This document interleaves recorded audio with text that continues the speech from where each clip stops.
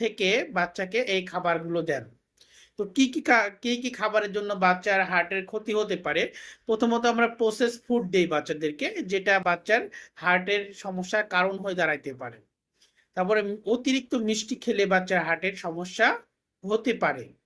আমরা যেমন ফাস্টফুড জাতীয় খাবারগুলো দিই, চপ, সিঙ্গারা, চিপস বা আরো আদার্স, বার্গার বলেন বা স্যান্ডউইচ বলেন, যেগুলো দিই, এগুলো আসলে বাচ্চাকে দেওয়া উচিত নয়। এগুলো খেলেও বাচ্চার হার্টের সমস্যা হতে পারে।